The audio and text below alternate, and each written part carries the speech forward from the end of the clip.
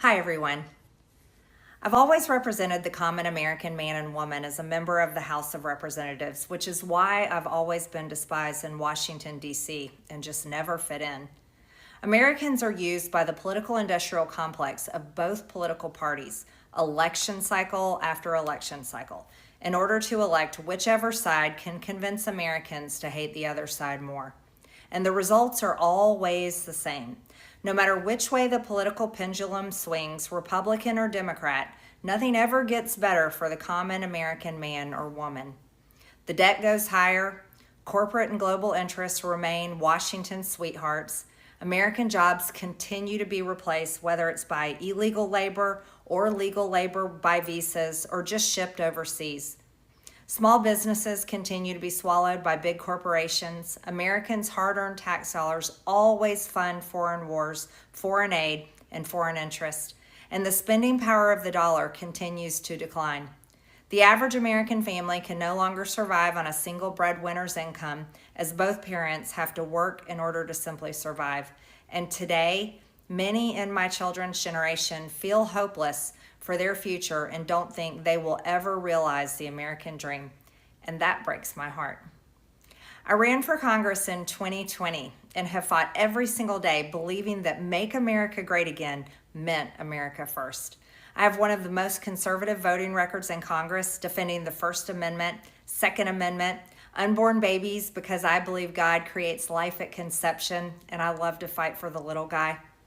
Strong, safe borders, I have fought hard for that. I've fought against COVID tyrannical insanity and mandated mass vaccinations, and I've never voted to fund foreign wars with your hard-earned tax dollars. However, with almost 1 year into our majority, the legislature has been mostly sidelined. We endured an 8-week shutdown, wrongly, resulting in the House not working for the entire time, and we are entering campaign season, which means all courage leaves and only safe campaign re-election mode is turned on in the House of Representatives. During the longest shutdown in our nation's history, I raged against my own speaker and my own party for refusing to proactively work diligently to pass a plan to save Americans' health care and protect Americans from outrageous, overpriced, and unaffordable health insurance policies. The House should have been in session working every day to fix this disaster. But instead, America was force-fed disgusting political drama once again from both sides of the aisle on television every single day.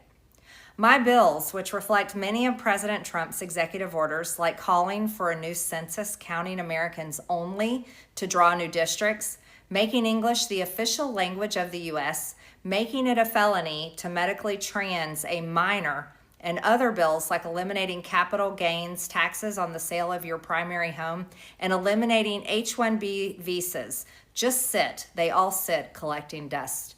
That's how it is for most members of Congress bills. The Speaker never brings them to the floor for a vote. Many common Americans are no longer easily convinced by paid political propaganda spokespersons and consultants on TV and paid shills on social media obediently serving with cult-like conviction to force others to swallow the political party talking points. Because they know how much credit card debt they have, they know how much their bills have gone up over the past 5 years, they actually do their own grocery shopping and know food costs too much, their rent has increasingly gone up and up. They have been outbid by corporate asset managers too many times when they put in an offer to buy a house. They have been laid off after being forced to train their visa holding replacement. The college degree they were told to earn only left them in debt with no big 6-figure salary. They see more homeless people than ever on their own community streets. They can't afford health insurance or practically any insurance, and they just aren't stupid. These are the people I represent and love because that is who all of my family and friends are, common Americans. I've been blessed to represent the 14th District of Georgia for 5 years. The district is filled with some of the most wonderful, kind-hearted, God-fearing, patriotic, hardworking people you will ever meet. Good, regular, common Americans. I've worked hard to bring taxpayer dollars back home to help district needs. I impeached Biden's Secretary of Homeland after watching my constituents die as he facilitated dangerous open border invasion into America. And I led the effort to defund hard-left politically biased NPR and PBS and the corrupt USAID, and I did that as chair of the DOJ subcommittee. I have fought harder than almost any other elected Republican to elect Donald Trump and Republicans to power. I traveled the country for years. I spent millions of my own money. I missed precious time with my family that I can never get back. And I showed up in places like outside the New York courthouse in Collect Pond Park against a raging leftist mob as Trump faced Democrat lawfare. Meanwhile, most of the establishment Republicans who secretly hate him and who stabbed him in the back and never defended him against anything have all been welcomed in right after the election. And I will never forget the day I had to leave my mother's side as my father had brain surgery to remove cancerous tumors in order to fly to Washington, D.C. to defend President Trump and vote no against the Democrats' second impeachment in 2021. My poor father and my poor mother, it was way too much for all of us. Through it all, I never changed or went back on my campaign promises and only disagreed in a few areas, like my stance against H-1Bs replacing American jobs, AI state moratoriums, debt for life 50-year mortgage scams, standing strongly against all involvement in foreign wars, and demanding the release of the Epstein files. Other than that, my voting record has been solidly with my party and the president. Loyalty should be a two-way street, and we should be able to vote our conscience and represent our district's interests because our job title is literally representative. America first should mean America first and only Americans first, with no other foreign country ever being attached to America first in our halls of government. Standing up for American women who were raped at 14 years old, trafficked and used by rich, powerful men should not result in me being called a traitor and threatened by the President of the United States, whom I fought for. However, while yes, hurtful, my heart remains filled with joy, my life is filled with happiness, and my true convictions remain unchanged because my self-worth is not defined by a man, but instead by God who created everything in existence.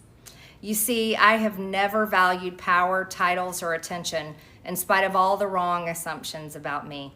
I do not cling to those things because they are meaningless and empty traps that hold too many people in Washington. I believe in term limits and do not think Congress should be a lifelong career or an assisted living facility. My only goal and desire has ever been to hold the Republican Party accountable for the promises it makes to the American people and put America first.